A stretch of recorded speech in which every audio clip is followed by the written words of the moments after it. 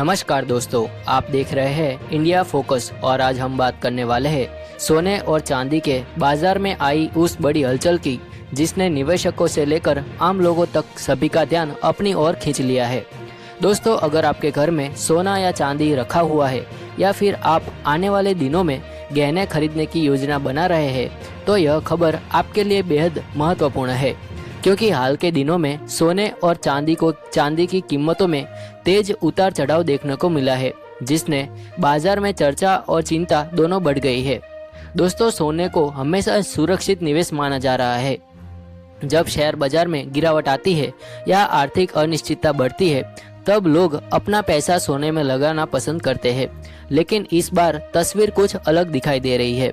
बाजार में सोने और चांदी को दोनों में बिकवाली का दबाव बढ़ता जा रहा है।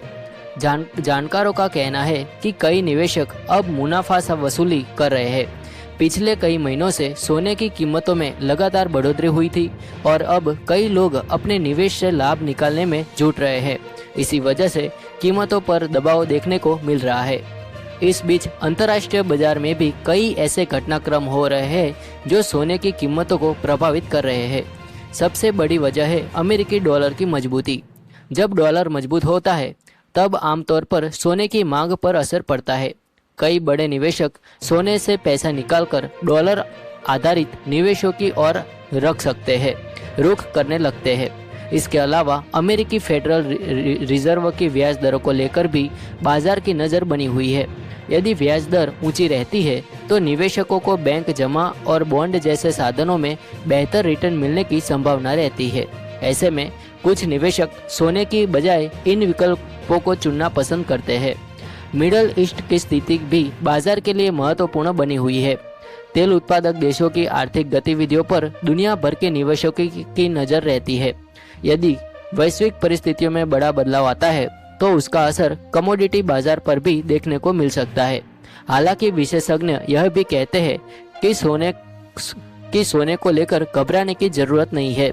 इतिहास गवाह है कि लंबे समय में सोना अक्सर अपनी कीमत बनाए रखने में सफल रहा है, लेकिन किसी भी निवेश में जल्दबाजी करना सही नहीं माना जाता।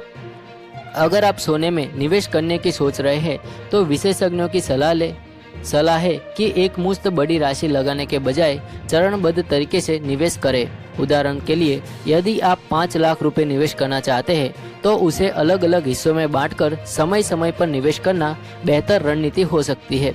इससे कीमतों के उतार चढ़ाव का जोखिम कम हो सकता है। शादी ब्याह के लिए गहने खरीदने वालों के लिए यह समय कुछ राहत लेकर आ सकता है।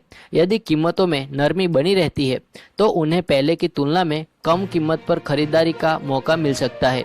दोस्तों, फिलहाल बाजार में अनिश्चितता का माहौल बना हुआ है, इसलिए किसी भी अफवाह या जल्दबाजी में फैसले लेने के बजाय सही जानकारी और विशेषज्ञ सलाह के आधार पर ही निवेश करना चाहिए। आपकी राय क्या है? क्या सोने और चांदी की कीमतों में यह गिरावट अस्थायी है या आने वाले समय में और बड़ी गिरावट देखने को मिल सकती है? अपनी राय कमेंट सेक्शन में जरूर बताइएगा। अगर आपको यह जानकारी उपयोगी लगी हो तो वीडियो को लाइक करें, शेयर करें और ऐसे ही महत्वपूर्ण आर्थिक और राष्ट्रीय समाचारों के लिए इंडिया फोकस को सब्सक्राइब करना न भूलें। धन्यवाद।